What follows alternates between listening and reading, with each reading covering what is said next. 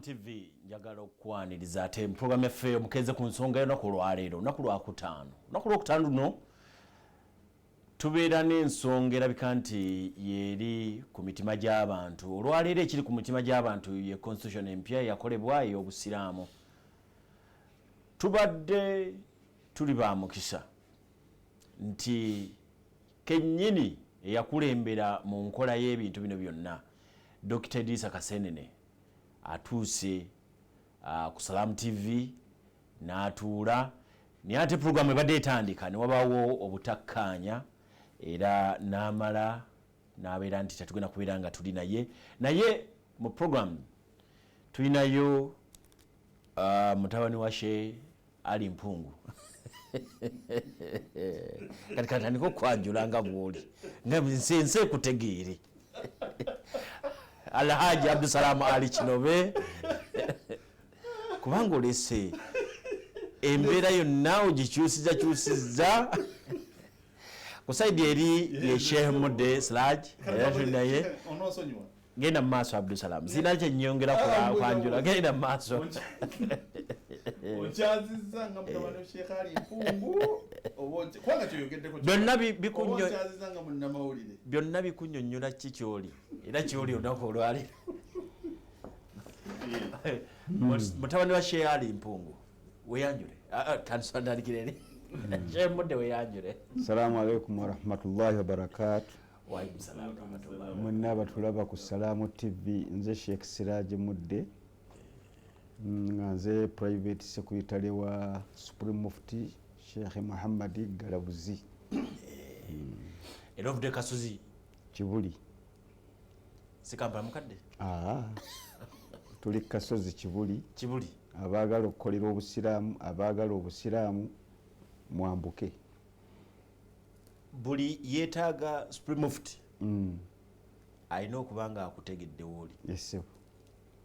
Mwina nteekateeka ki wiiki ejja mugenda wa Kiryandongo naye mutuuka tetulina we tutatuuse Uganda yonna ensi yategedde kanaawe Supreme Mufti wa Buganda Uganda yonna katulina disitulikiti 23 ezakalipotinga ekibuli ze zaategedde nti obusiraamu buli Kibuli era kyenjagala okubategeeza mu nsi nti buli ayagala okukolera obusiraamu Kibuli buli ayagala okububbika ayambuke awo tujja tuuka sebo weyanjule.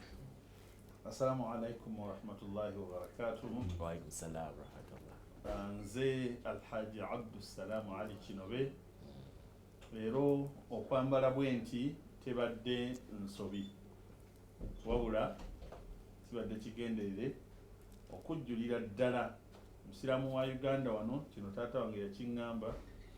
nti musiramu wa Uganda okujjula obulungi oga nti ajjudde kofiira ebeerako ne kanzu neŋŋamba nti olwaleero ng'ensonga bweri nti ddala atwaha ajja kwogera ku mukadde wange taata saba Mungu amutukuumire Allah amusuuse amiina kwe kusalawo neŋŋa nti kanyambalire ddala bwe nti ng'omusiraamu mugumifu naye nga ni munnamawulire omutendeke atali abyesibako. Lwaki erinnya lyo litiibwa kiki? Kisinziira oyo alitya abaako ensonga ze lwaki alitya naye neewuunya twaha bw'obanga oli muntu omulambulukufu obulungi gy'oyinza okubeera awo n'ogamba nti oyo mutya nedda okuggyako nga olina ebyekusifu by'otayagala nsi kumanya. Twaha neyanze mu mbeera ey'okweyanjula nsaba neyanjule n'obubaka obugenda eri ba Sheikh Mudde n'abantu mwenna batwaha balina enteekateeka oba oliawo mu maaso eyagala okubeera mu bukulembeze bw'obusiraamu okuviira ddala ku bwayimaamu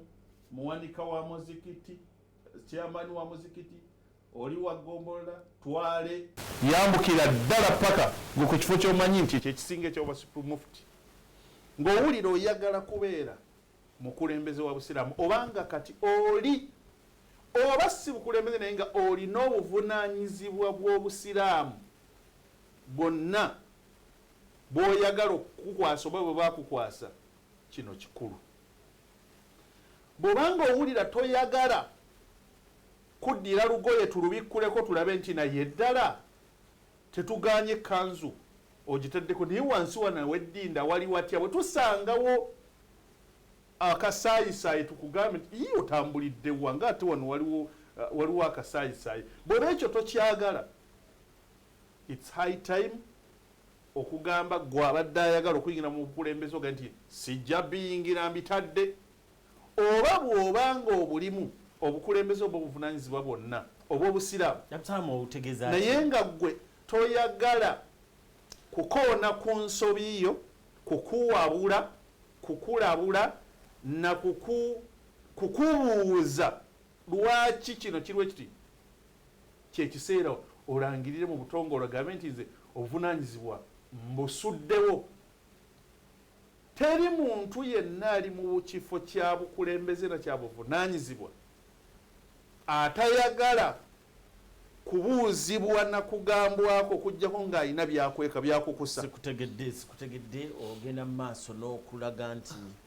amakya gonna olwaleero bino sinze nandibyogedde twahe yandibyogedde ne kambyogedde anti kati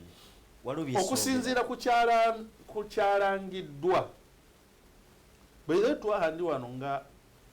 alina independent mind. Guno omutwe ogulaba guno gwetegeerera, guno omutwe gwange nze twaha toyinza kuŋŋamba nti Abdusalamu manyi kino kibeere oba Sheikh Mudde naŋŋamba omanyi kino kyogere bwoti ne ŋŋamba nti baŋŋambye ŋŋambe bwe nti no. Omutwe gwange gwetegeerera, ntegeera ekimyufu nkyawulira ddala ne ku kyakakobe oba newankubadde nga bisemberedde kyendiko. Watutegeezezza nti mu programu y'olwaleero tugenda kubeera ne Dr. Idris Serugo Kaseenene era abadde era z'oluvannyuma lw'okukola bayitwa nkola risaaki nkola risaaki yange n'engiteeka wabbali ne mbeera wabadde wali ku kompyuta nga nnyongera okubaako information endala ngeza okulaba zere nga alhamdulillah naye nga Sheikh Mudde yasoose naye kyennyamiza olukubuuzizza ye omukulu oluzze atoweddewo oda n'agamba nti nze bwe mubanga mwagala puroguramu ngibeeremu nteekwa gibeeramu nzekka wadde twaha neesibako nti nze mulemeseze ekyange kizze waggulu ekyange kizze luvannyuma okugamba ate bwabwe mutabani wa Seka mutabani wa Seka Mpugu nga kwali nfuluma ngenda naye nga kyasoose agambye ye aleekwa kubeera mu yekka tabeeramu na mulala. Mwe mubuuza mukadde wange mu ngeri ekitiibwa nti lwaki njagala byenjogera nga mbyogera nga teryambuuza kibuuzo nambika ensonga mu butuufu bwayo malirize tabule ngende lubuga ti kaakati olwo bw'ogamba nga teryakubuuzaamu kibuuzo gw'olaba kiba kijjoze mu press conference kusoma press release nti kubanga nti kati mmwe njagenda njogere kati kyoyinaawo. Okay, nze kyenjagala okutegeeza omuntu bw'olaba nga yeebuuza ng'agaana okumubuuza mu ebyo byayogera oba nze nzija n'endowooza y'abantu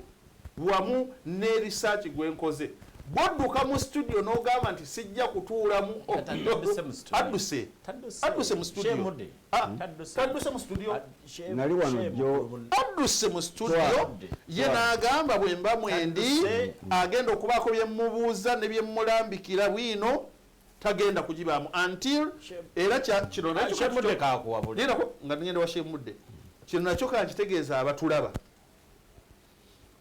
agambye olunaku lwanadda lwonna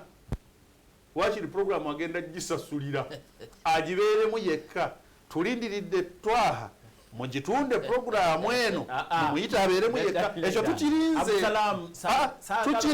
si bwagambye agambye ye lwanadda agenda programu era n'agyogerako nekiro senga mwambuuliddeyo nekisasulirawo nga bukyali njibeeremu nzekka siragabuuzibwa bibuuzo oli muntu alina obuvunanyizibwa wakwasibwa akazindalo kate oyinza otya okugaana okubuuza mu bibuuzo ku ekyo bw'obanga ddala okakasa oli transparent and straightforward kabakuwabule nze ndabirira mwewuunyiza agitwa omulundi gwe naliko wano nabaleetera kiswa ya Umar ibn Khattab radiyallahu anhu nti baagaba ekkanzu mu muzikiti n'afuna olupande lw'ekkanzu naye nga terumujaamu kuba yali musajja munene nnyo n'amatiza mutabani wa Abdallah nti olupande lwe bakuwadde lumpe ngatteko nfuna ekkanzu ekola ki ewera nga kyatya abasiraamu kwemulugunya nti empande ze bwe bagenze bazigabaagaba nga tulaba teziyinza kumutuuka ye ekkanzu agikoze eki agijjeewo ennamba yajja emimba linannyonnyola nabagaa nti temwemulugunya ekkanzu yange namatiza Abdallah nampa olupande olulwe kutungamu eno ekkanzu ekola ki kuba yali mukulembeze w'abasiraamu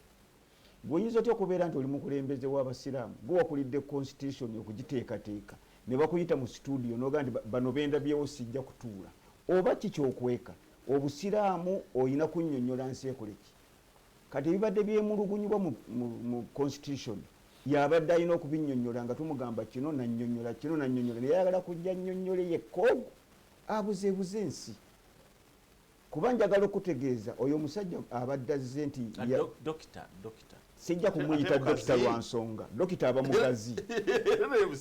owulira kyobula ntulabye omuntu alina ekitiibwa ekyokusoma okikulirizanga anti njagala oyawula okusoma n'okutegeera oyinza okusoma ebitabo bingi naye nga tewabitegedde naye nga byo wabikoze eki wabisomye olw'ensonga omusajja oyo nze bwadduse mu studio ntegeereddewo nti nno ebintu byaliko olwaleero apangirira bipangirire olwaki oyo yennyini sekuritale jene yayongezaayo emyaka yakolako ne mubajji alabye nti okwongeza emyaka n'okukyusa constitution buli kimu mukama we kyabadde tannaba kumaliriza kyazzaamu ngere amalirize oyo yennyini yatukosa yatunda William Street oyo yadduse mu studio kaseenene ati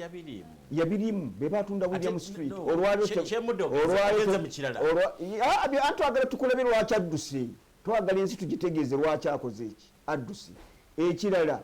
bammemba ba General Assembly balonda abantu abagenda okukola constitution nga akulira akakiiko ekyo ako yeseeka Anas Kalisa oyo mu balondebwa taliimu eyo tusooke tuveeyo boga nti yatunda William otegeeza ki ate okutunda kuliko okutegeeza kati olwaleero William yabasiraamu yakomawo kati ebyabaddeyo ennaku ezo tewabitegedde temwabugenza aba TV ne mubikwata wakyaliwo omuzikiti abantu basaala kati omuntu amenya w'omuzikiti ayinza okujja ku TV annyonnyola ebyobusiraamu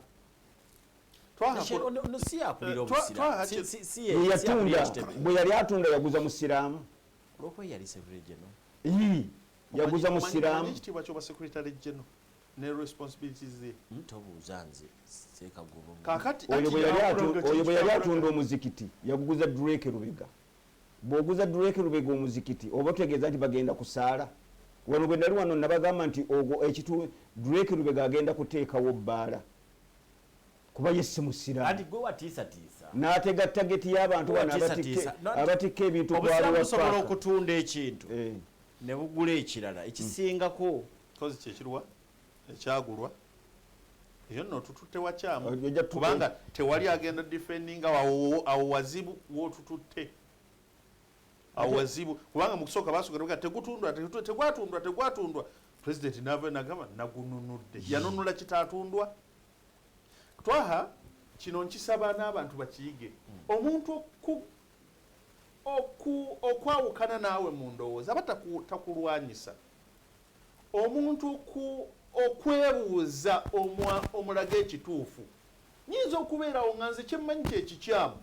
nga nze nnyina endowooza yange ne bannanga olumu abandika emabega nga ffe bakyamu ne tukugamba naye kino bwe kiri bwekiti n'otulambula ogati eyo ekyo kyemulowooza nti nno kyemulina kikyamu ekituufu kiikino era oli kwe kuvaayo oli yavaayo recently nangamba nti Abdusalaamu lwaki tolwayagala mufuti nemuga paka lwe natuuka emuga nti nsonga ki gyogamba yagamba nvuma mufuti simwaga kiki kale oyinza otya omugamba mbuno alizaininga nsegemuga nti nze nagamba bw'obanga oyagala okukulaakulana obusiraamu n'okwegattako obusiraamu era nga yensonga gy'owa nti nze ekikoze bino byonna abasiraamu bubikumu naye nga waliwo a big section egamba nti gwe kizibu bw'oba owulira oyagala obusiraamu bube bumu kati awo kyolina okukola okimanyi mugamba nze kizibu kantambulevyo tukoze uliriza twaha yogera mazima njogedde bigambo ki mu studio wano nga dokita agenda ngambye nga dokita agenda ngambye kubanga alemeddeko nnyo ngaaga nti hayo mutaano asekankumba oyo obusagwa ne mugamba nti dokita kati mu kifo kyo gwe okugenda wallahi bwe ngambye mu kifo kyo okugenda nze kambe mu program mubeeremu ne Sheikh Mudde ne twa si bwe mugambye era nadduka olw'okuba nti nno ndabye nti nze kizibu kanve mu program ngati anze kandireke si kambe mubeeremu ne Sheikh Mudde n'oyo naye sibeera naye guwaba otya buli Abdusalamu olinako obuzibu Sheikh Mudde olinako obuzibu ne bwe tunaleeta omulala olinako obuzibu tukyuseemu abakulembeze b'obusiraamu mumanye nti mukulembera muliwo mu bifo ebyo byonna bye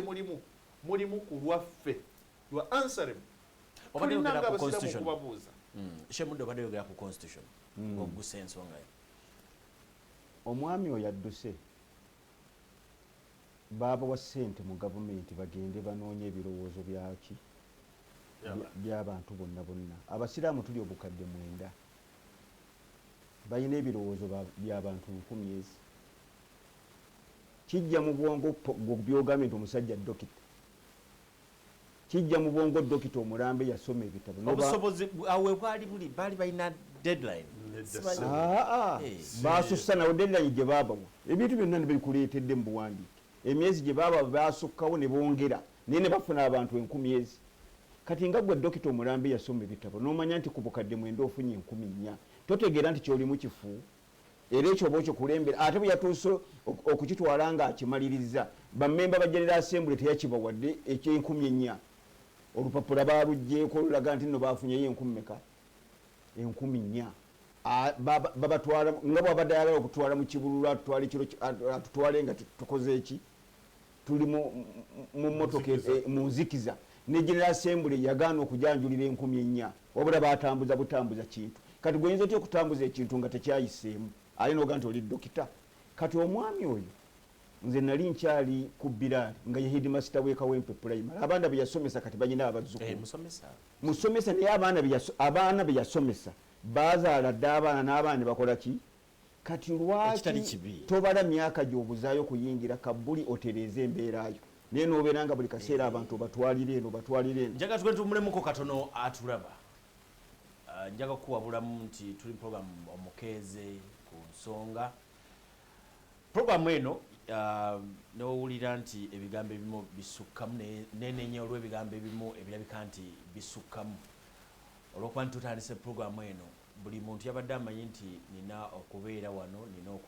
naye bwe tubadde tutandika program Dr. Edisa Kasenene eyakulyamu akakiiko akanoonya ebirowoozo by'abantu n'okukyusa constitution ey'obusiraamu bwatuuse ku mulyango naga nti nedda atunulidde abantu balina okubeera naga nti nina kubeera nzekka nze nno mbadde mwegayirira nti ssebo kati jangu obeere wekka naye ekyo nakyo ngenzo kimugamba nozanga obudde bugenze naga nti tujja kukikola olunaku olulala n'olwekyo olunaku olulala ajja kuba ajja wano alambulule jjukira nti ebirungi amata byolaba mu constitution eyakolebwa bya Dr. Idrisa Kasenene era ekirungi tekiyinza muvaako era ajja kujja wano akinyonnyole yadde abamu bwe musigala nga mulaba nti waliwo ebikyamu era ebyetaagisa okuba nti bikyukamu n'enkola eya constitution njaga soka tumulemuko katono ngenda kukomawo nina Sheikh Siraje Mudde nina Abdusalamu Ali Kinobe njaga nsoke mbawe kajuice basoke bakakkane tuyoke tugende mu maaso tova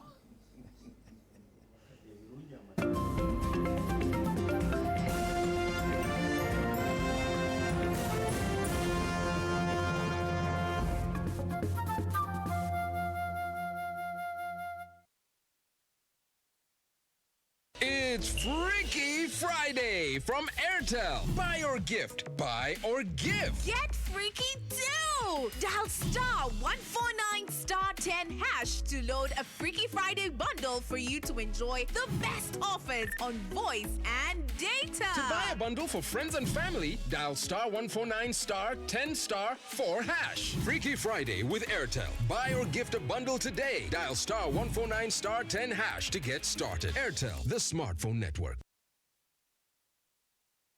Are you looking for the best eco-stoves? Look no farther. Muscorp is here for you. We are the leading providers of eco-stoves, residential and institutional firewood clean stoves, and solar-aided kitchens. Muscorp stoves ensure a clean and smart smoke-free environment, cost-saving, and fast cooking. Find us at Sirwanga Mosoke Road, next to Kiva Magistrates Court, or you can call us on 0702 911 911. Muscorp. Think outside the roof.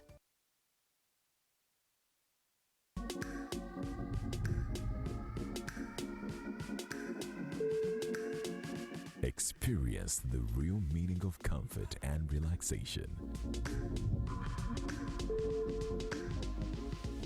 Hotel Africana.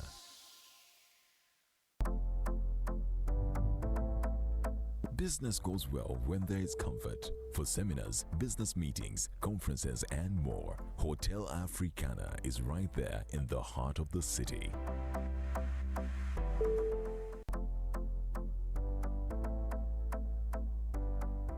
For a delicious meal to light up your day or make an evening just perfect, Hotel Africana is just around the corner. Are you looking to find the job interview of your lifetime? The one that kickstarts, progresses, or restarts your career? For absolutely no cost, you can now visit the Now Post every Wednesday and voila! Lots of job opportunities from various sectors, all for you to choose from. Yes, get that CV and cover letter updated and simply wait for the fresh opportunities every Wednesday. Wednesday is no longer just Wednesday for all of us at the Now Post. It's Job Wednesday. Updated every Wednesday, available every day of the week. The Now Post. Accurate news fast. Millennium Estate Developers Limited bwe twogera ku ttaka eririko ekyapa tobabuusa maaso jangu ogula ettaka mu bwangu nga liriko n'ekyapa ng'ate tutawaanyiziddwa balina poloti ez'omulembe ate ku nguudo ze wandyagadde okubeerako balina poloti ensangi emukono n'empigi eno nga ye estate empya bapunta ettaka bagoba ku byapa wamu n'okuzimba ate nga babikola mu alaali. Millennium Estate Developers Limited bali ku kibanja namba 29 Old Kampala ku Sapolo Kagwa Road. Esimu 0750 Lwenda Lukaga ne 0786 Lwenda Lukaga. Tozunga kutuuka kuuka mu njala abangu baabano. Millennium Estate Developers Limited jangu ozimbe ennyumba y'ekirooto kyo.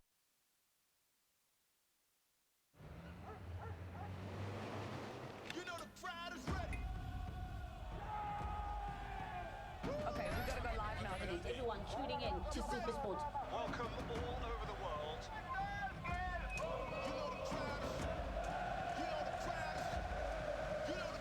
It's time for the main event.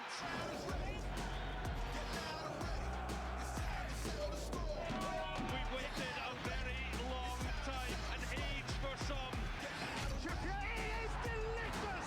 glorious, glorious. Just like. Are you ready for football's greatest season? Live on SuperSport, only on DSTV.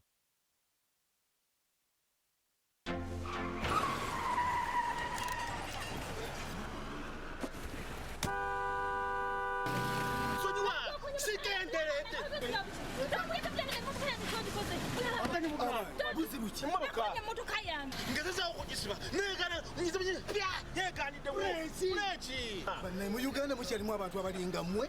abakyalina ebizibu bya breki nga muyanja wali yajja katumanjulire muyanja gye auto garage uno mukugu mu kukanika buleki mu Uganda yonna tukanika ebika by'emmotoka byonna n'okutunda spare wa brakes yenna okuli master cylinder, servo boosters, ABS boosters, ABS motor, brake lining, brake pads, brake fluid. Muyanja gye auto Auto Garage tusangibwa ku Mawanda Road maaso g'amasannyalaze. Okumanya ebisingawo tukubire ku ssimu 07067231 oba 07845238.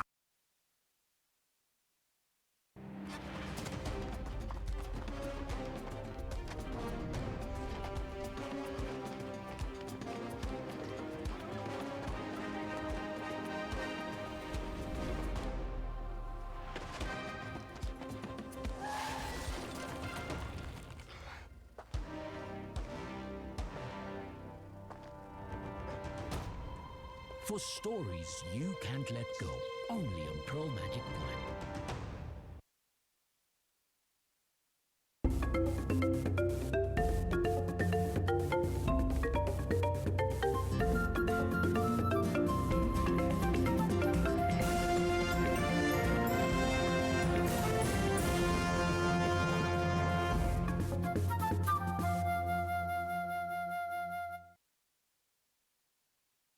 Kulikayo mukumulamu gwa tulaba tugenda maaso ne program omukeeze mu nsonga. Ekiro ekisooka noza mubadde naffe ebyo njagala tubiveeko tugende ku nsonga endala.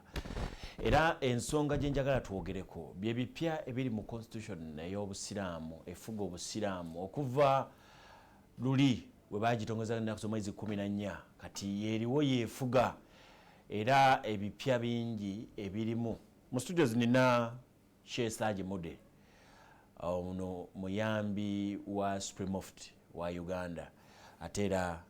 nina mutabani wa Sheikh Ali Mpungu ye Abdulsalam Ali Kinobe munnamawulire kiki kyoloba mu constitution empya onokulembeza kiri ate nja kwogera byaffe bya zukuli tuli bazukuli okay tugende maaso biki byoloba mu constitution constitution empya kyannaku nti abadde agenda okutubuulira process ne bibayisa because by the way ona serving ebintu bibiri adduse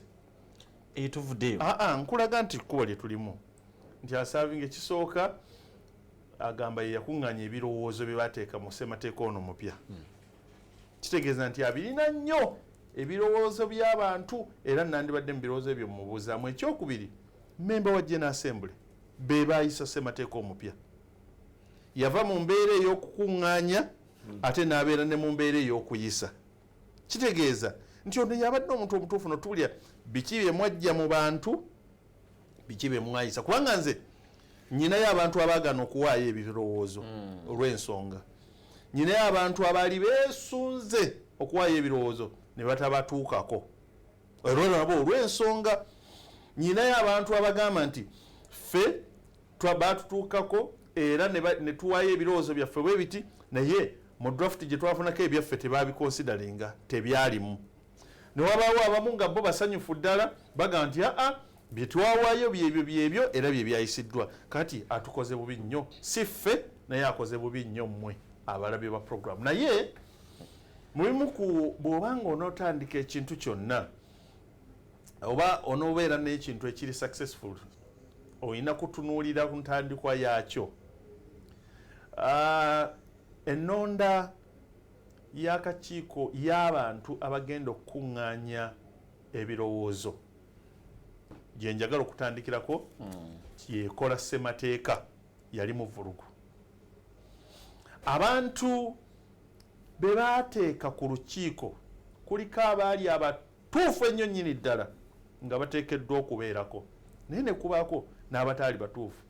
Bamemba bw'obanga oli memba wa management executive majilisi lulama simanya joint session simanya kwoteeka ne General Assembly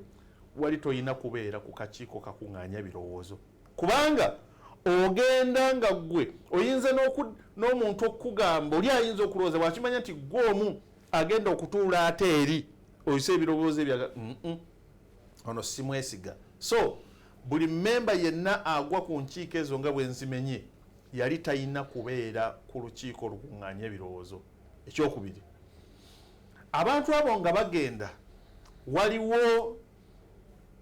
ekiwandiiko ekyabaweebwa era ne Secretary General yennyini yakyogera mu kusooka basooka ne bakyegaana tewali draft mu luvannyuma Secretary General yennyini lwe twali naawe n'akyogera ng'agamba nti waliwo ebirowoozo okungatta mu bintu byo saali naawe sebo twali ffenna ebigambo ku kasozi Kampala mukadde genda mu maaso n'agamba nti ebirowoozo by'abantu babituleetera ebbanga liro okuva lwe twabategeeza nti tugenda kukola ennongoseza mu ssemateeka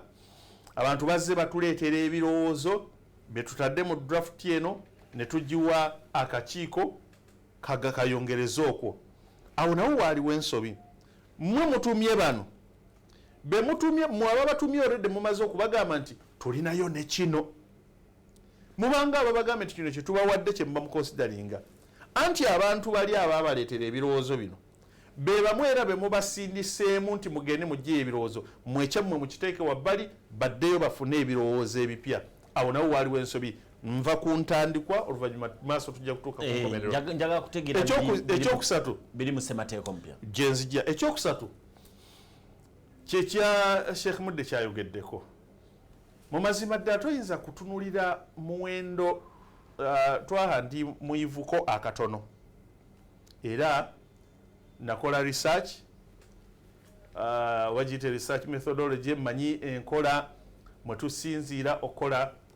research waliwo ne sampling omuli systematic sampling ne random sampling byonna webiri naye bw'obanga onookola research toyinza kuddira n'ogamba mbu ku bantu miliyoni bo waliwo aga nti abasiraamu tuli miliyoni 13 kukiwulira abamu baga nti abasiraamu tuli miliyoni meka 13 abandi nga bagamba nti tuli 9 abalala tuli 8 tuli ki kale yonna we tuli kale ekitone nnyo badigambye nti twasobola okufuna ebirowoozo okuva mu bantu miliyoni 4.5 ekitone nnyo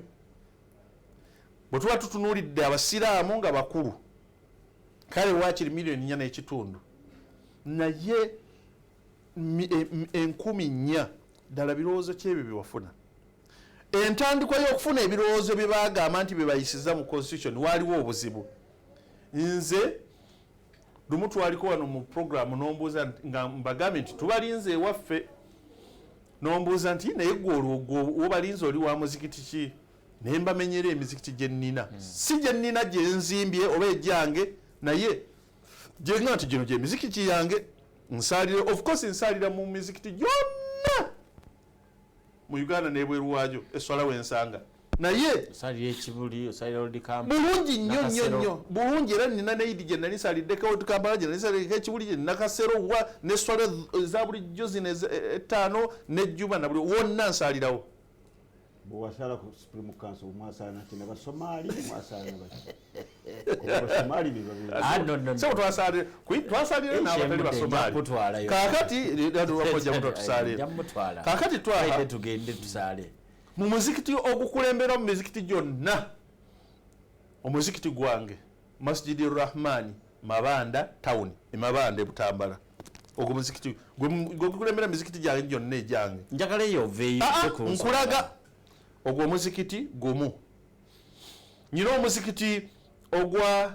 Juma Nsambu Mabanda Butambala nagwo muzikiti gwaffe era nagwo ngusaliramu nnyo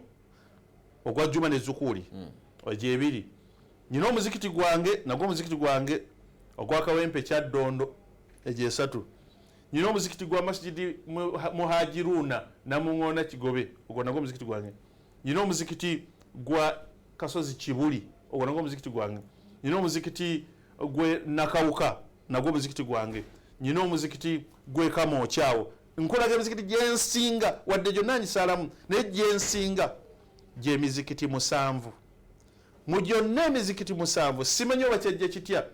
tewali muzikiti gwe baŋŋamba nti bazze ne bakuŋŋaanyamu ebirowoozo kaakati olwo ebirowoozo bino babijja mu baani egy'omu Kampala njogedde ogw'omu Busiro ogw'e Butambala gyonna olwo ebirowoozo babijja mu baani so enkuŋŋaanya y'ebirowoozo ababikuŋŋaanya mwalimu abatuufu ddala n'abatali enkuŋŋaanya yabyo ne bwe batuukako bwe bakuŋŋaanyawo mwalimu obulipo. Kakati ntuuka ompadde eddakiika ntuuka biki ebirumira mu ssemateeka omujja, biki ebyaleetebwa byowulya ebyo nabyo nga mbituukako. Ntuuka ku mbeera ey'okuyisa ebyo ebituufu ebirumira n'ebirambulukufu. Ku lunaku lwe baalina akakiiko akakuŋŋaanya baakawa ebbanga ne liggwako ne bagamba nti obudde tebutumala bannange okukola si kuŋŋaanya birowoozo kyokka, okukola draft obudde tebutumala mutwongereyo. Ne babongera ne bakulungula emyezi gyali 2 ndowooza n'omusobyo, ne bajja ne bagamba bammemba ba General Assembly nti mugenda kutuulira ennaku 3 muyise ssemateeka akuŋŋaanyiziddwa, kubanga tewaaliyo na birala kyenkana, akuŋŋaanyiziddwa mu myezi 2. Maama nga bagezi nnyo bano bammemba ba General Assembly bogamba nti baprofesa baani baka Dr. Sara Kusima mukugu mu mateeka, Kanso Kankaka, Dr. Kaseni Nawala, Sheikh Ziyadi Lubanga, naye bo bakulungula emyezi 2 nga baagala bammemba ba General Assembly mu nnaku 3 batunulye constitution yenna, bamu internalizing bulungi, bamutegeere, bamukole ki, bamuyise. Awo nno nawo waliwo obuzibu. Kati ate n'ennaku 3 olunaku olusooka lwalimu emivuyo, omwali okunyakula ebiwandiiko okukola ki, olwo tetulubala. Olwokubiri nalwo ebya constitution babyogerako kitundu, olwokusatu lwe baliri nga bayita bakita kipayo kudduka wano eyise wano muteezemu. Abaali abangwe ennyo bwe bawulira akano nedda mu kakyuse, era ebimu babibasuuza busuuza mu mbeera eyakanayo kyani, naye nga baali baagala buli kyonna ekiri mu bakiyise. Bamaze okubawa obudde obutono, tebabawadde mukisa gumala. Omuntu yali alina okukwasibwa draft eyo, buli memba wa General Assembly yenna ng'alina okukwasibwa draft. Bw'amala okukwasibwa draft amale naye emyezi 2. Of course bajjagamba mbu obudde bwali tewali butya, emabega yonna lwaki bali tebateekawo. Amale naye emyezi 2 asome nnyingo ku nnyingo abuuze abantu be, kubanga buli muntu yenna ali awo agenda mu General Assembly yasindikibwa abantu. Abuuze abantu be ti waliwo kano mukalaba mutya. Bino ebintu byali birimu n'okugenda mu mizikiti bababuuze nti ero ye draft gye batuwadde, bino bye birowoozo bye mwasindika, nti ffe ekyo tetukkanya nakyo. Bw'otuukayo ndowooza Abdusalamu owaba olingaga nti ate ebirowoozo byanditambudde emirundi 2 gye byavudde ate bidde babyebuuzeeko. Nkuzeeko mu ssemateeka eyo nkujjeeyo nkutwaleko mu Parliament ya Uganda, nkulage biiru gyeva etandika ne idea nefuuka biiru nefuuka etteeka na acti, nkulage process mwetambulira. tejja mu bantu, subhanallah, tejja mu bantu. bawa ne leave ababaka ba Parliament abagenda okukola uliza ababaka ba Parliament bonna babawa ne leave okugenda abantu baabwe ababalonda babategeeze nti waliwo kino ekireeteddwa, mmwe mugamba kikukyo. Ekyo kimu. Ekyokubiri, Parliamentary Committee on Legal and Parliamentary Affairs committee ya Parliament evunaanyizibwa ku mateeka n'ensonga za Parliament eteekawo ebbanga eggere eriwerera ddala nga bagamba lino lyebbago lye tulina mu bubage, buli yenna lirinako ng'olwedde bali kwanjulidde limaze n'okufuluma nti bbago. Buli ayina endowooza yo ku bbago lino jangu mu kakiiko. Okiwulira? Bwe babala ne bakuŋŋanya akakiiko ne kakola ripooti, bwe kamala okukola ripooti ne kajja mu Parliament. Waliwo kye bayita Committee of the Whole House.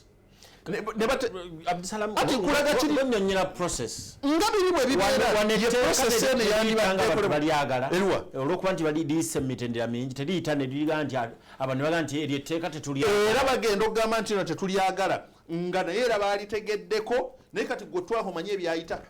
buuza omanye ebyayita. olina eddakiika emu ngenda kukuggyako. Atulaba gwe Abdusalamu gwe atulaba lindako atulaba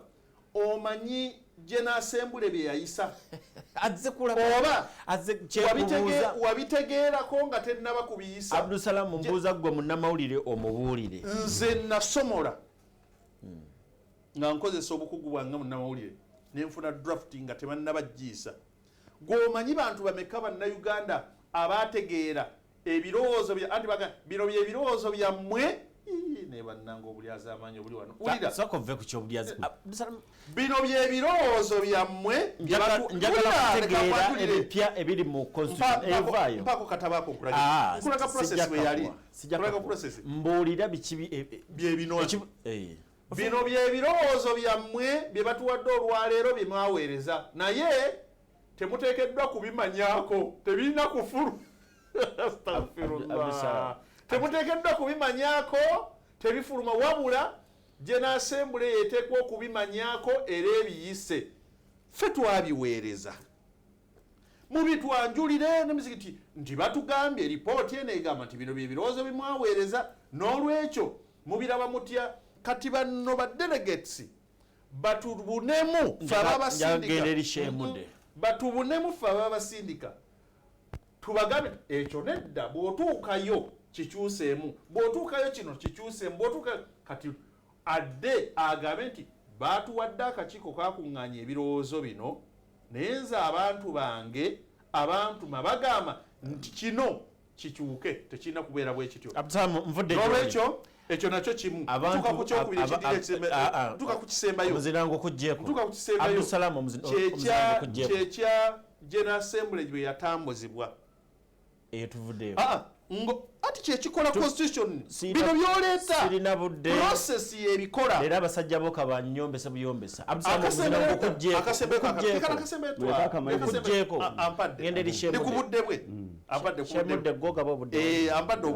amalirize neyanziza nyoseeka akasemberayo ddala biri byonna tubirabye ebikukuse bijje ne delegate ayingidde nga tamanyi biri mu kyagenda kuteesaako kati ate omusirikale ayimiridde wali si musirikale nti ali mu kyambalo kyokka akutte n'emmundu ayimiridde wali mukimanyi bulungi nti omusirikale oyo musirikale wa gundi kitegeeza nti kyemuyisa kiteekwa okuba in favor mu gundi batandise okuteesa ku birowoozo nti babiyisizza ku mudumu gw'emmundu. Omudumu gwali mu General Assembly munda mwennyini awateesebwa ebyo byebimu ku bitubadde tugenda okubuuza ku chairman wa electoral commission ng'ate delegate ati atubuulire nti bye twogera bikifuuwa oba nedda. Shemudde ono bwe nadde mwanjo namuyise mutabani wa Mpungu olozolabye ensonga lwaki byejogera bya Abdussalam si bya Sheikh Mpungu musajja watumuleke oli yagandi mpozera nange okulongoosaamu ng'ekyo abantu abandaba ku TV bwe tuba tweyanjula emirimu gyaffe gye tukola naye saagala ate munzivunule nti ate nazze nga nkiikiridde Kibuli. No, nagenda okuweebwa private secretary w'Ekibuli owa Supreme Mufti Sheikh Eggalabuzi olede nga ndi mu ntalo z'Essemba buli ttaka libabba kwega bino byansanze eryatundibwa baalibba teryatundibwa kuba tebaalitunda mu mitendera eryo ettaka bagenza okumpa oba private secretary nga omulimu nagutandika dda omwaka mulamba. Saagala abantu kuba oli Kampala bajja kutandika okunnyonnyola abantu ti bonna bonnange mwabalabye bonna b'Ekibuli no tulumirirwa busiraamu bwaffe. Kiki kyonokolayo gwe ono abadde awa nti ebitatambula bulungi biki byewalabaawo benza okwogera ati Ajja Abdulsalami kino byabadde annyonnyola bifo byonna byezingira mu kintu eki. Ono Haji Kaseene ne dokita oya sebo ebirowoozo byafuna by'abantu 10,000 naye bammemba ba General Assembly abaamutuma teyabategeeza nti nafunye ebirowoozo by'abantu 4,000. Olabye Ssanvu bakola ki kuba baali balina omubuuza nti bw'obanga ofunye abantu 10,000 ekitegeeza ekintu abantu tebakikoze eki tebakiguze naye tebaababuulira okitegeera ekintu naye n'omuntu omu aliho email yannyumiriza n'agamba nti bo bwe baatuuka e Hoima bayita ku koolasi kwereere kokka paka libagende foto naye nga bagoba chorus omusajja n'atuuka n'okuŋŋa nti ebirowoozo baabijja kuba trafiki oba baabijja mu basiraamu. Waliwo ekintu kyemwesibako ennyo 14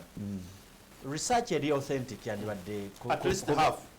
ku bantu milioni 9 at least half or more than ekitone nnyo half. Era wano ebbaluwa njiyina ssebo ku bbaluwa zennaze nazo nga Kaseene n'ategeeza Uganda Muslim Supreme Council ntwafunye ebirowoozo by'abantu 10,000 bbaluwa weeri wano naye abantu 10,000 bewafunye oyinza okutambulizaako ekintu. Ndi research njagala okumanya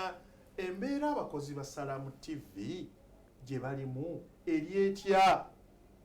Abakozi ba Salamu TV muli 55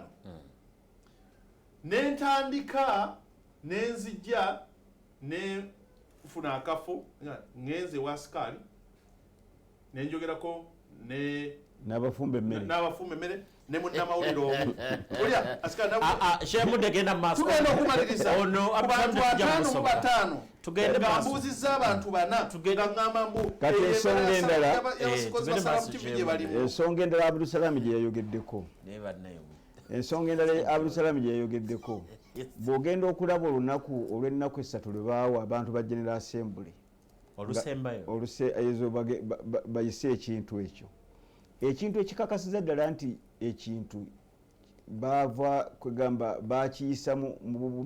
kwegamba mu kuvandula na kubuzaabuza bantu buli lwolaba emmundu owantu n'abasirikale kubanze nalaba obutambi nabukuweerezaako nga Kiyimba yeetala ku geeti ayambadde topi akatambi ke nalabye kabadde wabweru ate n'agambye mu General Assembly munda byatandikira ku geeti nga Kiyimba yeetala ayambadde topi kuliko muhoozi kwegamba abantu ngaabo simanyi na gavumenti lwaki eyonoona abantu kwegamba topi oleeta yaki kuba Kiyimba musiraamu ate haji lwaki mu bintu by'obusiraamu oyambala topi nga kuliko muhoozi kikyoba otegeeza abakanyamanga bakukoze eki bakuli bbali na bbali weekalakasa Kiyimba njagala ategeera ebyo byakola abantu babikola dda tayimu ejja kutuuka abeere nga anoonya wanywa amazzi nga takakola ki obusiraamu bwazanyiramu ayambala ettopi eziriko muhoozi ng'ali ku Uganda Muslim Supreme Council n'emmundu z'alina mu biwato guno omulembe si gwe gusooseewo ebintu bigenda bikola Kiyimba gwe mwogerako is not part of the management ate kati kino bye kyakugambye lwaki emmundu zazze ne Kiyimba nga yeekalakasa lwaki kiba kitegeeza nti constitution n'ebikyusibwa birina omuntu gwe bikola ki gye biwunzika era ebyo gye biwunzikira yaleese ebyo tetukyali ku bya busiraamu tuli ku siyaasa. Kiyimba ku busiraamu Kiyimba mu busiraamu yaani mu constitution mulimu akawaayiro nti omukulembeze w'obusiraamu yenna ali ku ddaala erya mufti oba mufti's office olumuba mugenderamu mufti n'abamyuka babiri Ssemateeka omukadde yali atunulira ku mumyuka omu naye kati abamyuka babatunulira babiri tavunaanibwe memba wa Uganda Muslim Supreme Council yenna ebbanga lyanaamala nga avudde mu bukulembeze kino kankivunule. Ssemateeka oyo agamba buli musiraamu yenna omusunni ng'ate munnayuganda abeera memba wa Uganda Muslim Supreme Council. Buli musiraamu yenna omusunni ng'ate munnayuganda abeera muki kati buli lwagamba nti buli mufuti nga kasitava ne bwavaako leero tavunaanibwa ku ebyo byonna bye yakola ng'ali mu office. Mpulira kyetegeeza nti eyempya nti ebbanga lyonna lyanaaba nti abadde mu office n'abaako obulugu gwakola tewaabeerengayo musiraamu agenda mu kooti kumuvunaana ku ebyo ebikoleddwa. Oli n'agamba nti lwaki temumuvunaana bwe muba muyina bye mulabye mumuvunaane nga akyali mu ntebe naye ate avuddeko lwaki muba musajja watumutawaanya. Nedda ebintu bibiri ebyo bino byemu bye mbadde njagala okugamba Dr. Kaseene. Ekisookera ddala omuntu ayinza ku ssomero wasomako waliko mu Kisulo tulina kye tuyita kirommo omumanyi tudda enkya tuddaka ekiro ng'enkya muddaka maama ekibeera ku masomero abakuba bannaabwe abakola effujjo erya buli kika oba muyitani kirommo kati oli ayinza okumala eno ebbanga lyonna ng'ayisa bulungi n'atuuka ebyo ne bagamba mbu byebirowoozo bye bajja mu bantu bye baatujjamu ffe oli n'atuuka ku kirommo n'asooka akanduuza kyonna buli kyamanyi anti akimanyi Ssemateeka agamba tewalibaawo musiraamu amuvunaana. Ekyokubiri ng'oggyeko kirommo omuntu ayinza okuddira olw'okuba nti oli mu buyinza n'akola amanyanga gonna ng'agakweka gabikkirira buli dokumenti yonna agibikkirira n'amala kuvaako nga wayiseewo n'emyezi ng'esatu abamuddira mu bigere baga ne kino kyali bwe kiti laba olupapula luno laba fayiro eno awo oba olina okumuvunaanira kubanga ebintu obiraba amaze kuva mu ntebe kati muyinza omutya kugamba nti no ebirowoozo byava mu bantu nti talivunaanwa ku ebyo byonna bye yakola ng'avudde ku bukulembeze awo engambira kati okusinziira ku Hajji Abdulsalami kyanyonyodde bwe twali wano nakugamba kyemudde oli mu sunni ndi mu sunni olutalina kati kuvunaana oli ng'avuddeko bw'omanyi lwaki sivunaana ng'avuddeko nali wano ku TV wano lwe twali wano ne mbagamba nti constitution balina essanvu lye bakola ki nombuuza nti ssanvu ki lye bakweka mubajje kumaliriza busiraamu bwa Uganda bukuba ki nume yakyo kati okusinziira ku ono byannyonnyodde constitution empya nti bw'aba avuddeko tavunaanwa atajja kuvunaanwa byatulese ng'atukoze eki kiba kitegeeza nti mission eriwo n'okumwongera emyaka kutuukiriza bibaamutuma akuba obusiraamu bwa Uganda ekyo agenda okuvaawo ng'abumaliriza ate nga tawawaabirwa ku constitution empya gye bakoze eki kati abasiraamu muzuukuke mulabe gye tukola ki gye tulaga nesiba nnyo ku kigambo ekyabadde ku Uganda Muslim Supreme Council okubeera nti nno kiyimba yeetaze n'abasirikale naki twagala abasiraamu abantu bamasheekhe mwenna ndowooza na zino yirimu eza balaga tutandika ozisomesa abantu ba civilian abatali bamaseeka bavuunulenga kati kiyimba bw'omulaba nga yeetala ku geeti olina okuvuunula lwaki akola ebyo wateeka okubaawo mission kyova olaba nti bammemba ba General Assembly ono bannyonnyolako ebigambo Kaseenene bye yakola tebabimanyi n'omuwendo ogw'14,000 tebabagamba n'empapula tebazibawa naye ku lunaku olusembayo babagamba mulina kukola kino mulina kukola kino naye bwe obuwandiike tubulina wano nga Kaseenene annyonnyola kyajjeeyo ky'abantu 10,000 naye lwaki mwonoona ssente z'omusolo nga muli muvuguluvugulu gwakwonoona busiraamu nakulya buli Sheikh Mode nina impeachment gyenalabyeko simanyi oba yakolebwa etya naye wabaddewo okuwakanya kungi ku biki ebyakolebwa mu kuteekawo Ssemateeka omupya ono naye ate bw'oyogera ku by'okuyingiza amagye n'okola kutya tulabyeko abantu abaali bavunaanyizibwa ensonga ne palamenti ya Uganda abantu abaali amagye gaayingira wakati mu kuteesa n'okukyusa constitution naye okuyingira kw'amagye tekwajjawo mateeka kugenda mu maaso lwaki amagye gali gazze kutereeza mbeera poliisi yejja so si magye ate era n'ekirala kebere poliisi twaha ogereza mu palamenti ojjukira bulungi mu kuteesa kwonna bwe wabaawo ebbago lino balina okubeera ku palamenti ekyo nno nakyo si kirungi bwe gaba magye bagala poliisi wabweru naye poliisi mu kisenge wali awateesebwa naye teteekeddwa kubeerabo tebakkirizaamu wadde memba wa palamenti ng'ayina pisto tekuba kutiisatiisa kati bammemba ba General Assembly twaha kyenkugambye ono ebintu byonna nzija nabyo bo bataddewo olunaku ebintu ebyateesebwa mu kisenge bo nga bammemba ba General Assembly si bamativu wabula bo bateeseteese olunaku nga basaba pulezidenti w'eggwanga abakkirize bagenda kukuŋŋaana ekkololo ng'ennaku z'omwezi 26 ogw'omunaana 222 bamemba ba General Assembly aba Uganda Muslim Supreme Council era nga basaba Shemude toli member wa General Assembly anti nkubuulira nza amawulire gennyina ebiwandiiko babitambuza dda mu nsonga bawera 3 bali 147 abatakkirizibwa kwogera bonge ennaku z'omwezi zembabuulidde bo bagamba bayita abasiraamu bonna bajje ku kisaawe ekkolo Pulezidenti Museveni alabe nti abantu si bamativu ku nsonga eri ku Uganda Muslim Supreme Council n'ebyakolebwa si b'ekibuli wabula ba Uganda ki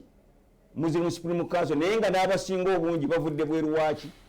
wa Buganda bo si bamativu ku bintu kiyimba byebakola emmundu ziri mu biwato tebasobola kwogera kye baagala nakuteesa n'omuwendo ogwo gw'Enkumi 4 tebagubabuulira abantu baalabuse General Assembly naye kati abo tebakyali kati ekitegeeza Shemude abo tebakyali ba member ba General Assembly olukiiko lwabwe lwayise era kati tugenda kudda mu kulonda kati olwayise basunni kati sokuleke tebakyalina buyinza olwo olwayise kalukulage nti bano gye balaga mu maaso eno emabega baalese boonoonyeeyo kati goyinza otugamba nti ogenda mu maaso ng'eno gy'ovudde oyonoonyeeyo sooka otereeza eno gy'ova otulage gy'okolaki gy'olaga naye obusiraamu twabufudde bwakuzanyiramu buzanyizi mubadde mwekwasa ekintu kimu nti ab'ekibuli kati bamemba ba General Assembly omusajja be bamuliko olwaliro lwe bategedde nti omusajja mukyama kirabika mwasiteekamu abantu bammwe kibuli nedda ssebo muli bangu olwaleero ogambe 10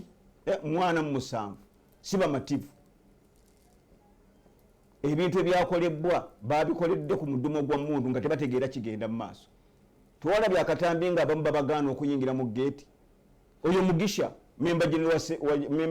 wa General Assembly w'Essembabule Mugisha w'ekibuli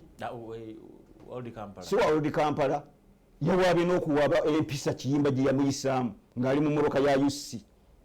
ebintu byebibige yawaabye mu kkooti kiyimba bagenda kumuyita lwaki yamutulugunya ng'ate memba wa General Assembly n'amugaana okuyingira era okuyingira ne Haji Yasin Lubowa mu house lwali lutalo lwaki bano ababiri abategeera abagenda okunnyonnyola abantu babalabule mu bagaana okuyingira lwabadde lutalo obwe busiraamu bwa Uganda kati bwe butuuse naye ng'ekyetoolera mu bintu ebyo kiki abasiraamu tuli wano ku TV tubategeeza ono Abdulsalami ne bwayogera ebikya byereege tolowooza nti byereegera bwereere fe abalengere wala twategedde dde obusiraamu bwa Uganda gye bugenda okuggukira twafa era twafuna ebizibu era olunaku omusajja olwo yajja mu Uganda Muslim Supreme Council obusiraamu bwe bwakolaki kati neebuuza ono omusajja adduse ebbanga lyamala ne mubajje amwongerayo ebisanja biki bye baakola bye bataamaliriza ng'ali naye era bwe yagenza okusikayo anaakulira akantu ako yassiseeyo omuntu gwe yabbanga naye ate nga ne memba wa General Assembly temulondanga kukulira kakiiko naye omusajja agenza asiseeyo ababbi bamuyambeko okuyisaawo byakolaki owulidde kati Kasenene ekyamuleese yazze nga naye ali ku mission kuba abadde n'omusajja nga bakolerera kubeera nti bamaliriza busiraamu bwa Uganda naye amazima gennyini mbategeeza si kuwaana obusiraamu bwa Uganda temujja bumaliriza mumala budde olw'ensonga ffe tubategeezezza ekituufu nti abaagala okubumaliriza bambuke Old Kampala abaagala okubukuuma bubeerewo bajja ekibuli obusiraamu bujja kutambula mbadde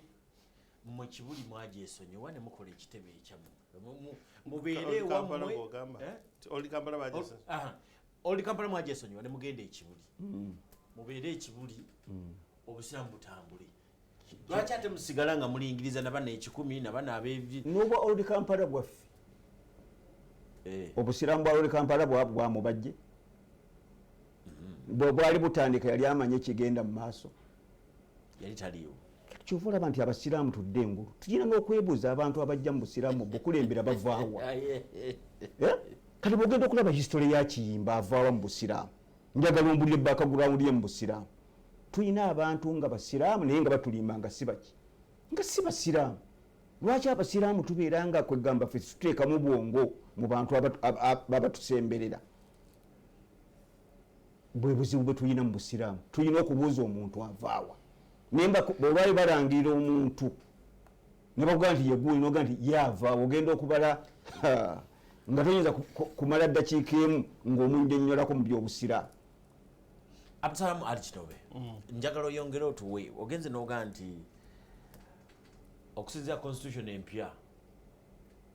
mufti yenna bw'ava mu bukulembeze tavunaanibwa. Constitution yatulina eya Uganda ega nti omukulembeze bw'ava mu bukulembeze tavunaanibwa. Kati ey'obusiraamu ega nti bw'ava mu birala ki ekirimu? Nebazaamu abo abasobola okuzibuka amangu amanyi byali bya kipayupayu kino mikize kino tukiyisiza kino basomanga akawairo n'azuuka mangu. Waliwo enteekateeka ey'okujja emyaka okugijja ku nsanvu giteeka ku nsanvu n'etaano egyo Mofuti naye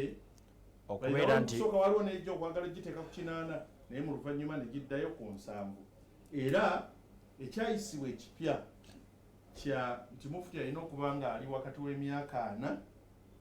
kutuuka ku myaka 7. Mufuti anaakulemberanga ekisanja kya myaka 5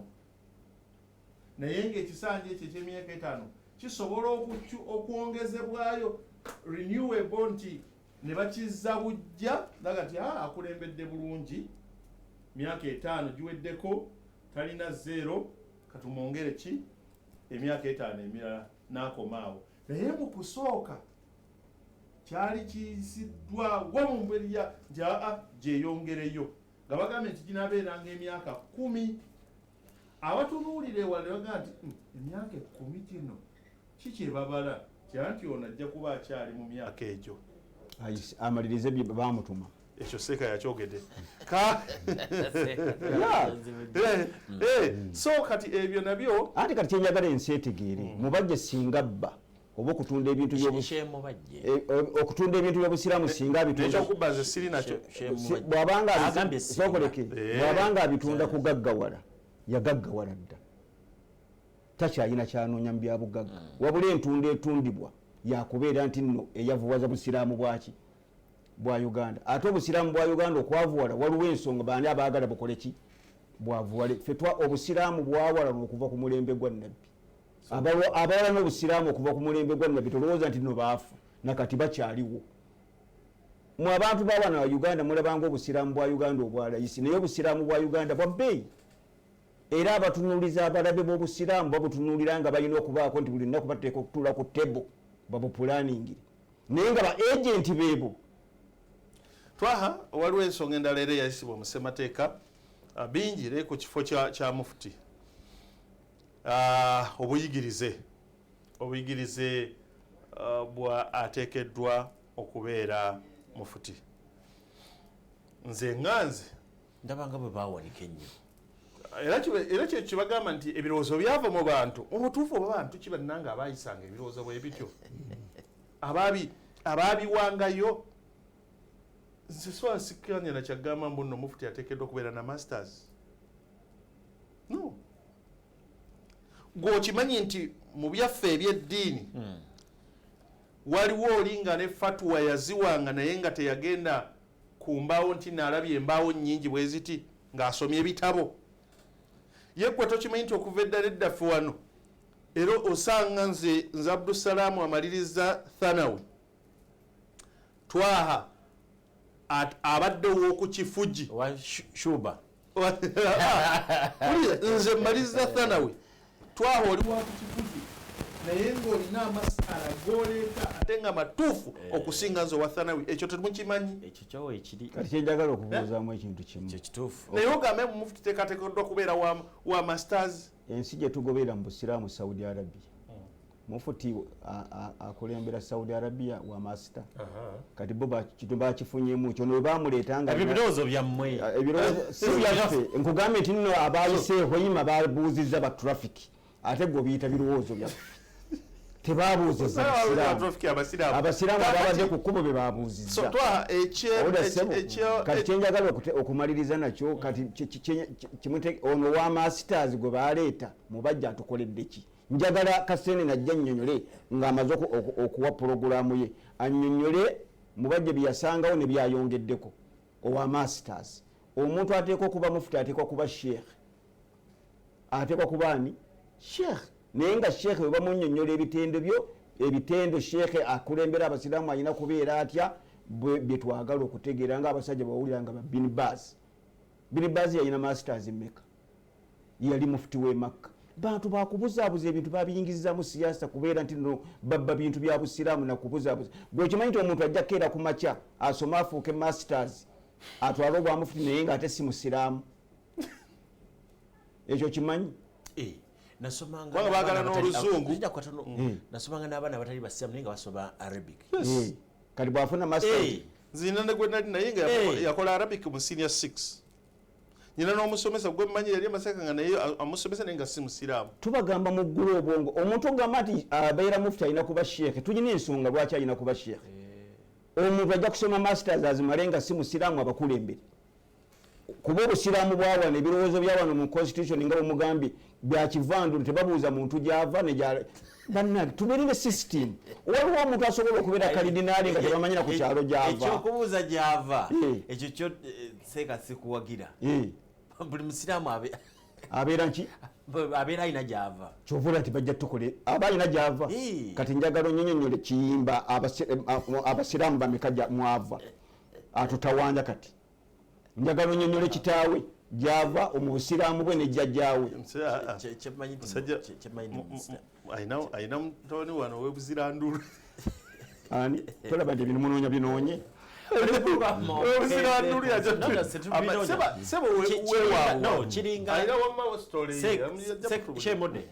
kiringa onogamba nti nyonyola twaha muki byavaawa si buli muntu nti aba mumanyi kati nze okumbuuza nga simanyi ekitegeeza nti talina mumuyite yenyonyoleko mu studio gyava nkusaba omuntu ataliiwo tetumwogerako tumuleke tuli basunguwavu olw'ensonga naye onadduse mu studio ye tumwogerako onadduse mu studio ng'aleeta ensonga nti ye tayagala kugambwako na kubuuzibwa lwaki oyo omusajja mukulu profesa alikuwa profesa associate professor nze omuntu yenna naddala nga oli mukulembeze wa busiraamu nze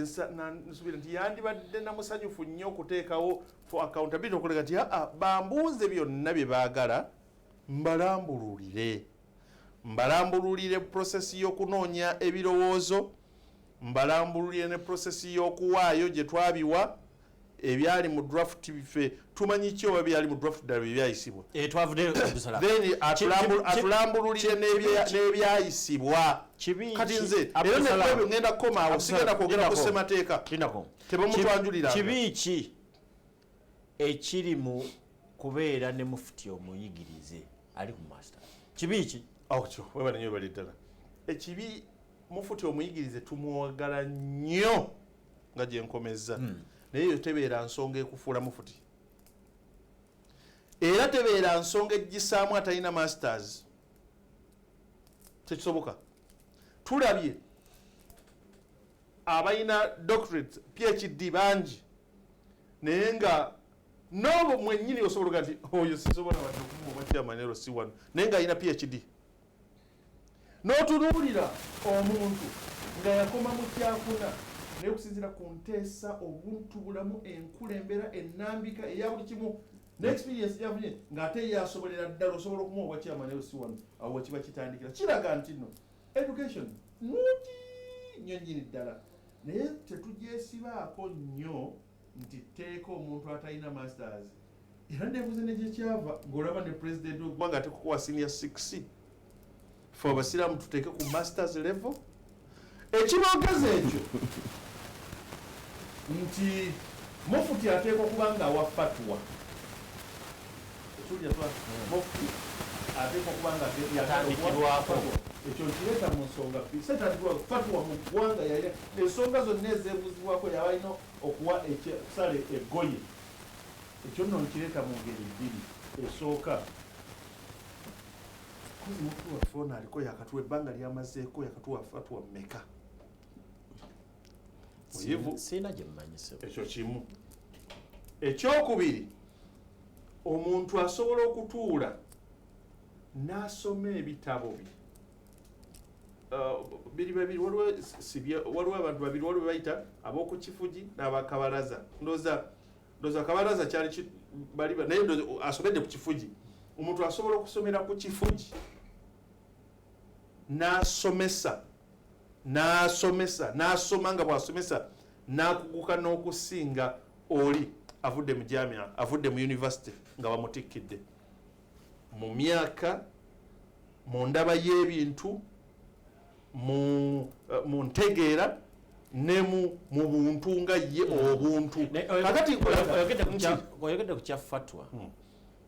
nze nali manyi lukiiko olwa africa olutuula oluwa fatwa mbadde simanyi nti ne mufti anti ayina kulambika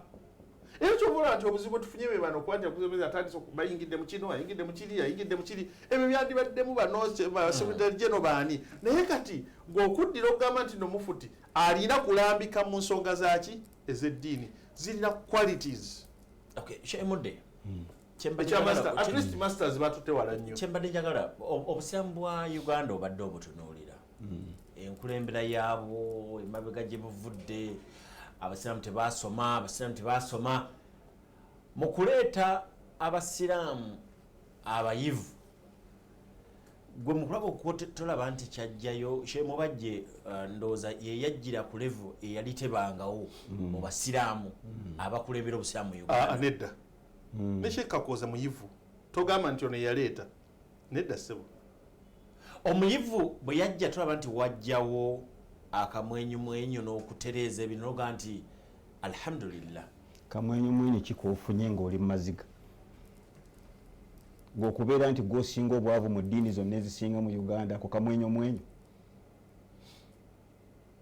ekintu kyenjagala mutegeere twaha mumusomye muli baana basiraamu negye muva tumanyiyo omulimu gwammwe genda ku Uganda Muslim Supreme Council nga mmwe abasomezi masters zaani mutereeza administration so si kulowooza ku kifo kyawaggulu ekyabwa mufuti administration imwe abaana abatali baseeka oba baseeka naye nga basomye bulungi balina zi masters abo batugasiza niyo kulembera obusiraamu twagala omuntu anaatuweesa ekitiibwa nga sheikh ayinensa okusinziira eno gitumulondudde gyavudde naye bakugamba olwayo nti sipuli mufuti wa Uganda Sheikh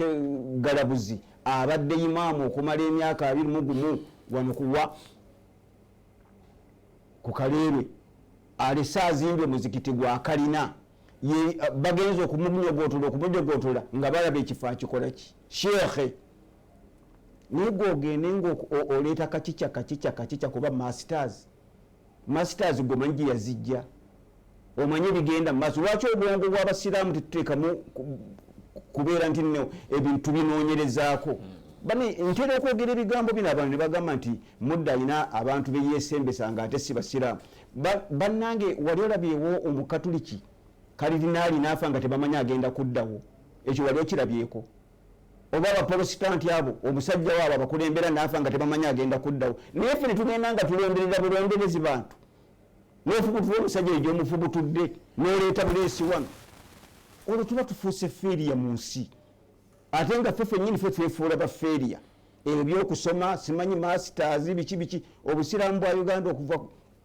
webwabeerawo n'ebintu ebyasangibwawo ba masters be baabikola ebintu bimwekwasiza bwereere ono akuwadde example pulezidenti w'eggwanga wano alina masters lwaki mu constitution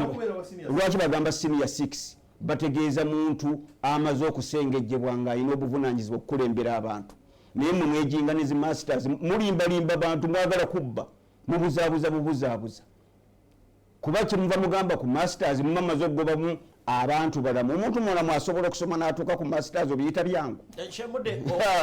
obuyivu si kizibu eri busiraamu si kizibu kuba n'abayivu mubagezezaako bakoze eki wano obusiraamu bwaffe bwakoma okubeera nti ebigenda mu maaso tubitegeera ono kyayogedde ku Sheikh Rajabu Kakooza ne tutegeera ebintu nga bwe bitambula naye okuva ku Rajabu Kakoza tuddangamu kubitegeera muleeta ba masters muleeta baki kati okyabitegeera gye biraga Seeka ebigambo by'osembyayo njaga kujja wano nze ebigambo by'ensembyayo eggwanga njagala litegeera olwaleero nti Kaseenene okudduka mu studio ffe tumaze okuwangula abawakanya ebintu ebiri ku Uganda mu Supreme Council era Kaseenene neewunyiza Dokita Omulamba okuba ekitongole ky'ennume y'ekigo muyita mu studio n'adduka nnyonnyole nga tasobola kunnyonnyola nsi bye yakoze kati ayagala binnyonnyola lwanadda ng'alimba bulimbi era twafe tubataddeko amaaso aga muleete omulimba tulebwa nnyonnyola bwalimbalimba ki ensi kuba atidde ng'atulabawo fe abanaamugaa nti ekyo olimbye kino oyogedde kituufu n'olwekyo olwaleero kitegeerekese nti ensimbi z'eggwanga zonna ezasasula abasirikale abaali ku Uganda mu Supreme Council n'ezasasula bakaseenene President Museveni poteya bakufera tewali kintu n'eki kitufunyeemu. Salamu alaikum. Kinobe. Ebigambo ebyange by'ensembyayo one ekituufu Ssemateeka yayisibwa naye mulimu ebirungi mulimu ebirumira. Ekyamazima prosesi mweyayita okuyisibwa yalimu nnyo amakoona mangi era bw'olaba abagenze mu kooti n'abakozi ekyokusalawo nti nno tebakkaanya naye omanya nti kituufu mwalimu amakoona mangi mu Ssemateeka eyayisibwa n'akasemberayo ddala ke nasoosezza ate era kensembyayo oba oli awulira zereeti bannange bw'oweebwanga obuvunaanyizibwa bwonna mu ddiini be ready to be accountable. Accountability okubuuza kino yiwa kikola otya kino kyali bwe kiti affe tubadde tumanyi kiri bwe kiti tekubeera kukwolwanyisa tekubeera butakwagala kadde waffe atuuse n'okuyisa ekigambo Mukama n'aga nti lutebaseka mpungu tanjagalirako ddala tanjagala ngati namukola kiso okugambako nti kino nze badde manyi kiri bwe kiti n'oluŋŋamya nti kino lwaki tekibeera bwe kiti tekubeera butakwagala tekubeera kukulwanyisa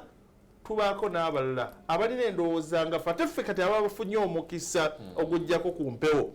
tujjako n'ebirowoozo byaffe n'ebyabalala abategeera ntugenda ku mpewo luga mumumbuuliza kino tekubeera kubalwanyisa. Abdulsalam leero mugenda wa Charity mugenda wa olunaku olwaleero omukolo munene cheeke egenda okutwalibwa ku muzikiti gw'e Kaabasanda inshallah. Salam Charity Foundation ne Next Media wamu tulina ssente ezakuŋŋaanyizibwa ne tuwaako muzikiti gw'Ambogo Nakaloke wakakati olwaleero inshallah kwezi ezakuŋŋaanyizibwa kwe kuli etwerigenda okutwalibwa ku muzikiti ogw'e Kaabasanda. Mbasaba mwenna tujja tusalira wamu inshallah e Kaabasanda. Kyenzijukiza kiri ekintu kimu ensonga zenjogeddeko nti bammemba ba General Assembly n'abasiraamu bonna ebintu ebyakolebwa si bamativu baasabye pulezidenti w'eggwanga abakkirize bagende Kololo balage ensi obutali bumativu bwabwe ennaku z'omwezi 26 ogw'omunaana 2022 tugenda kuŋŋaanira Kololo tulage ensi pulezidenti Museveni tetwali bamativu nga mukulembeddwamu abaali bammemba ba General Assembly. Atulaba ye program omukeeze mu nsonga nze twaha mukiibi mubadde balabi balungi aba program eno olunaku olwaleero twabadde tulina okubeera ne Dr. Edisa Kaseenene era nga ye yakulemberamu olukiiko olwanoonya ebirowoozo byammwe byonna mu Uganda ebigatta Ssemateeka omupya eyayanjulirwa era akola mu kiseera kino nolwekyo bw'abadde naffe ate nafunamu ebitamusanyusa naga nti twanja kujja olunaku olulala katusabe nti olunaku olulala ajja kuba atwegattako naye mubadde balabi balungi aba programu eno omukeeze mu nsonga nze twaha sijja kuteekamu badde ne Abdulsalam Ali Kinobe badde ne Sheikh Siraj Mudde. Sheikh Siraj Mudde ye muyambi wa Supreme Mufti wa Uganda era ava ku kasozi Kibuli nesaze nga w'ekibuli byenjogera byange mubeere bulungi Katonda batukumire weekend ennungi gye mugenda okusaalira yonna olunaku olwaleero lwakutaano mugende musaale batugeza Abasalamu Charity bagenda kutwala check eri Butambala mu kuzimba omuzikiti. Salamu Charity badde mu kino nebeera mu kiri kati yali yavaye wa Mbogo kati ate iyo eri Kabasanda. Mubeere bulungi, Katonda batukuumire, mweraba.